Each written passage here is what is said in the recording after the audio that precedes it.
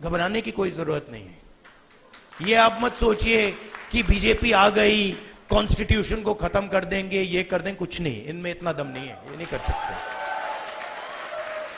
ये इन्होंने मीडिया को कैप्चर कर रखा है, ये आवाज बहुत करते हैं, मगर सच्चाई और हिंदुस्तान हमारे साइड है। पहली चीज यात्रा के बारे में, और जो मेरा अब पिछले 1.5 साल का जो एक्सपीरियंस रहा है। पिछले साल हम भारत जोड़ो यात्रा पे निकले, 4000 किलोमीटर चले कन्याकुमारी से कश्मीर, और हम सबको, मुझे तो पहली बार हिंदुस्तान को नजदीकी से देखने का मौका मिला। मेरे दिमाग में एक हिंदुस्तान था, एक इंप्रेशन था, और जैसे ही मैं चलना शुरू किया, वो इंप्रेशन टूटता गया, बदलता गया, और अंत में जब मैं कश्मीर पहुंचा, मेरा रियलाइजेशन ये था कि जिस चीज को मैं हिंदुस्तान मानता था वो एक्चुअली हिंदुस्तान था ही नहीं, वो मेरे इमेजिनेशन का हिंदुस्तान था, अनइन्फॉर्म्ड हिंदुस्तान था। और ये जो मैं हिंदुस्तान भारत जोड़ो यात्रा में जिसको देखा है, ये भी एक प्रकार से अनइन्फॉर्म्ड हिंदुस्तान है। ये पहले वाले हिंदुस्तान से बेहतर इन्फॉर्म्ड है, मगर ये भी हिंदुस्तान की समझ नहीं है, सुपरफिशियल है। मगर उस यात्रा में 2 चीजें बड़ी क्लियर थी। एक कि हिंदुस्तान नफरत का देश नहीं है, मोहब्बत का देश है, और इस देश में, इसके डीएनए में रिस्पेक्ट, मोहब्बत, ये बहुत गहरा है। तो चलते चलते मेरे दिमाग में यह सवाल आना शुरू हुआ कि अगर यह नफरत का देश नहीं है, यह पहला देश है जिसने इंडिपेंडेंस की लड़ाई मोहब्बत से लड़ी, और कोई देश है ही नहीं। मतलब कहते हैं कि civil rights movement, Gandhi ji की फिलॉसफी, उसने गांधी जी की फिलॉसफी का प्रयोग किया, मगर जो उनको डायरेक्शन किसने दिया? उनको डायरेक्शन गांधी जी ने दिया, हिंदुस्तान ने दिया। साउथ अफ्रीका में मैं गया था, मंडेला जी ने मुझे यही कहा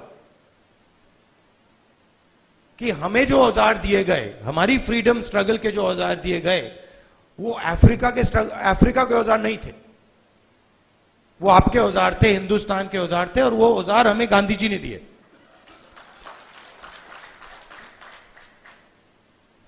तो जब मैं चल रहा था, मेरे दिमाग में यह सवाल आया कि अगर हिंदुस्तान मोहब्बत का देश है, तो इसमें नफरत क्यों फैल रही है? क्योंकि इतना आसान नहीं होना चाहिए नफरत को फैलाना। हम कहते हैं बीजेपी नफरत फैलाती है, बट कोई ना कोई फाउंडेशन तो होगा, कोई ना कोई बेसिस तो होगी इस नफरत की। तो ये सवाल मेरे दिमाग में था, और आस्ते आस्ते मुझे बात समझ आने लगी कि नफरत का कारण अन्याय है। कि ये देश में गरीबों के साथ, किसानों के साथ, दलितों के साथ, महिलाओं के साथ, युवाओं के साथ, सबके साथ हर रोज अन्याय होता रहता है। 2-3% लोग हैं इस देश में जिनको न्याय का एक्सेस मिलता है। 2-3%, ज्यादा से ज्यादा 5% लोग हैं।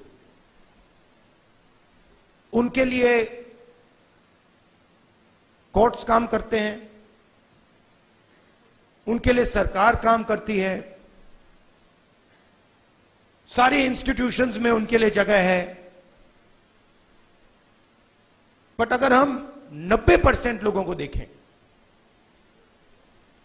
उनके साथ 24 घंटा अन्याय हो रहा है। 16 लाख करोड़ रुपए 20-25 लोगों का कर्जा माफ हुआ।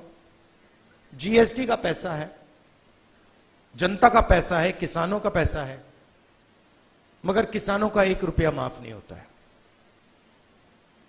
और मैंने सरकार के अंदर से देखा है,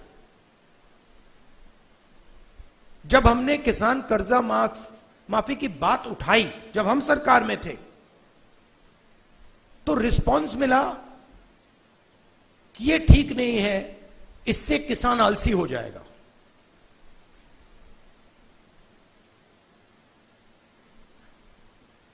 मनरेगा से गरीब व्यक्ति की आदत बिगड़ जाती है। मतलब वो काम कर रहा है, उसको आप उस काम के लिए पैसा दे रहे हो और उसकी आदत बिगड़ रही है। और दूसरी तरफ 20-25 लोग हैं, उनका 16 लाख करोड़ रुपए माफ हो रहा है, उनकी आदत नहीं बिगड़ रही। वो उसको पता नहीं विकास कहते हैं, डेवलपमेंट कहते हैं, प्रोग्रेस कहते हैं, पता नहीं क्या कहते हैं। तो अगर आप हिंदुस्तान के धन को देखें और उसको ट्रैक करें तो आपको दिखेगा कि ये जो सोने की चिड़िया कही जाती है, इसका पूरा का पूरा धन किसानों से, युवाओं से, दलितों से, आदिवासियों से, पिछड़ों से छीनकर ये 20, 25, 50, 200 कितने लोग हैं, ज्यादा नहीं है, इनके ओर फनल होता है। तो इसलिए हमने दूसरी यात्रा में न्याय शब्द जोड़ दिया। और इस यात्रा में हमारा फोकस उस पर था कि किस प्रकार का अन्याय हो रहा है। और हर कदम पे स्टूडेंट्स के पेपर लीक हो रहे हैं, किसान को एमएसपी नहीं मिल रही, मजदूर को मिनिमम वेज नहीं मिल रही, छोटे व्यापारियों को जीएसटी से दबाया जा रहा है। मतलब हर स्टेप पे, हर कदम पे लोग आ रहे थे, कह रहे थे हमारे साथ ये हो रहा है। मगर कंबाइंड कॉन्शियसनेस नहीं है। एक व्यक्ति कह रहा है मेरे साथ अन्याय हो रहा है। मेरे पास छोटे व्यापारी आए गुजरात में, उन्होंने कहा कि जीएसटी से, नोटबंदी से हमें बहुत चोट लगी। मगर उसी डिस्कशन में जो किसान के साथ हो रहा है वो उनको दिख नहीं रहा है, वो देख ही नहीं पा रहे। तो मेरे खिलाफ जो अन्याय हो रहा है वो मुझे दिख रहा है, मगर मेरे भाई के साथ जो हो रहा है मुझे दिख नहीं रहा है।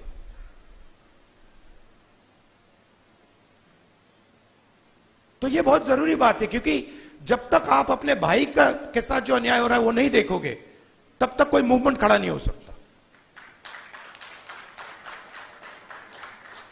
मैं जूडो करता हूं और उसमें एक बड़ी इंटरेस्टिंग चीज है।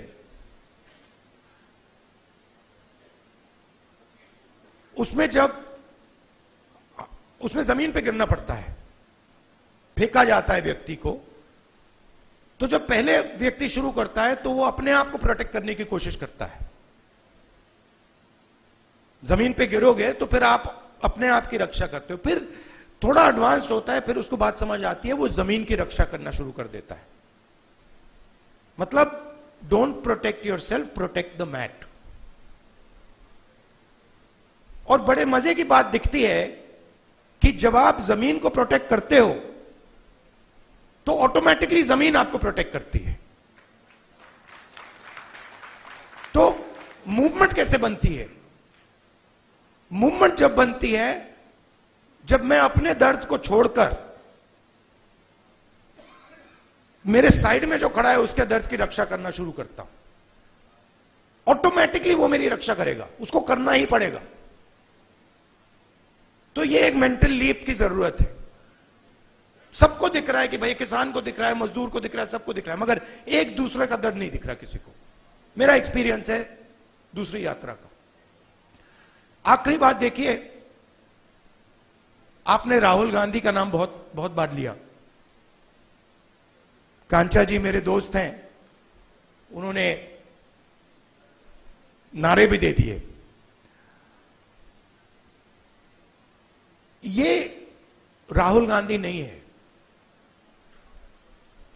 ये हिंदुस्तान में करोड़ों लोगों की फीलिंग है। उनमें से मैं एक हूं और आप मेरे ऊपर फोकस कर देते हैं। बट भारत जोड़ो यात्रा में मैंने अपनी आंखों से देखा, मैं अकेला नहीं चल रहा था, लाखों लोग चले थे मेरे साथ। और एक्चुअली भारत जोड़ो यात्रा की स्ट्रेंथ राहुल गांधी नहीं था। भारत जोड़ो यात्रा की स्ट्रेंथ वो बाकी लोग थे। तो उन पे भी फोकस होना चाहिए। लड़ना हमें एक साथ है। और ये हिंदुस्तान के दो एक्सप्रेशंस के बीच में लड़ाई है। ये राहुल गांधी, मोदी, बीजेपी, कांग्रेस के बीच में लड़ाई नहीं है। हिंदुस्तान के नेचर के अंदर दो आत्माएं हैं और ये उन दोनों आत्माओं के बीच में लड़ाई है। एक आत्मा कहती है कि हिंदुस्तान बीच से चलाया जाएगा, ऊपर से चलाया जाएगा और सारे लोग ऊपर देख के ऑर्डर लेके इस देश को चलाएंगे। और ये एक सोचने का तरीका है हिंदुस्तान में। बहुत सारे लोग इसको मानते हैं, एक्सेप्ट करते हैं। और एक दूसरा तरीका है कि हिंदुस्तान को डिसेंट्रलाइज तरीके से हिंदुस्तान के सब लोगों को सुनकर चलाया जाएगा, जिसको हम, अगर आप धार्मिक तरीके से बोलना चाहते हैं, शिव की बारात बोल लीजिए। कि सब लोगों को जगह देके निर्णय लिया जाता है। जैसे योगेंद्र यादव जी अभी बैठे हैं, बड़ी इंटरेस्टिंग बात आपको बताऊं। 3-4 महीने पहले इन्होंने हमें कहा, देखिए हमें ये जो गारंटीज हैं, हमें क्लियरली बता देना चाहिए देश को कि इंडिया गठबंधन आएगा तो क्या करेगा। और आज मैंने इनसे पूछा कि आप बताइए, ये जो हमने गारंटीज देश के सामने रखी हैं, इससे आप खुश हैं? तो इन्होंने कहा मैं खुश हूं, मगर बहुत केओटिक डिस्कशन हुआ।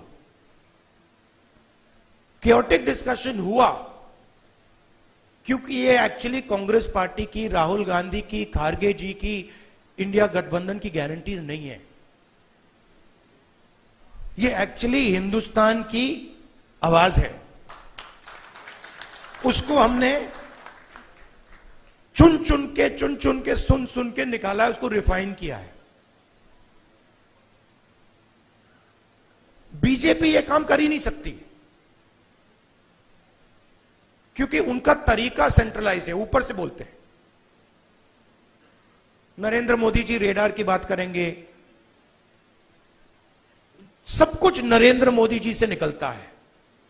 उनके विजन में और आरएसएस के विजन में ज्ञान एक व्यक्ति के पास है, किसान के पास ज्ञान ही नहीं है, मजदूर के पास ज्ञान ही नहीं है, बेरोजगार युवा को कोई समझ नहीं है।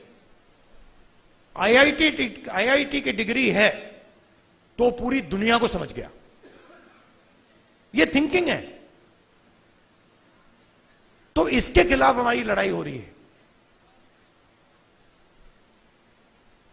हिंदुस्तान का सबसे बड़ा साइंटिस्ट, जितना उसमें ज्ञान है उतना ही ज्ञान हिंदुस्तान के किसान में है, बस दूसरे तरीके का है। मैं बंगाल गया और वहां पे वो महिलाएं थी, इसी यात्रा पे महिलाएं थी, वो बीड़ी बना रही थी। उनके हाथ में जो स्किल थी, बीड़ी बनाती थी वो, उनके हाथ में जो स्किल थी मैंने अपनी जिंदगी में कभी पहले नहीं देखी। मैंने ट्राई किया, मतलब एक बीड़ी मतलब मैंने रोल करने की कोशिश की, नहीं हो रही थी मुझसे। तो वो सालों का, मतलब सालों की स्किल है वो, और उसका इस देश में कोई आदर नहीं हो रहा। उस महिला को आप फाइनेंशियल सपोर्ट दीजिए, उसकी मदद कीजिए, मेक इन इंडिया उससे करवाइए और फिर देखिए क्या मजा आता है।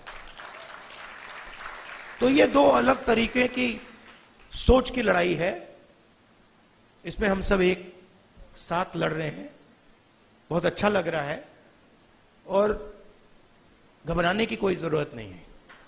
ये आप मत सोचिए कि बीजेपी आ गई, कॉन्स्टिट्यूशन को खत्म कर देंगे, ये कर देंगे, कुछ नहीं, इनमें इतना दम नहीं है, ये नहीं कर सकते। ये इन्होंने मीडिया को कैप्चर कर रखा है, ये आवाज बहुत करते हैं, मगर सच्चाई और हिंदुस्तान हमारे साइड है। धन्यवाद। सच्चाई और हिंदुस्तान हमारे साथ है।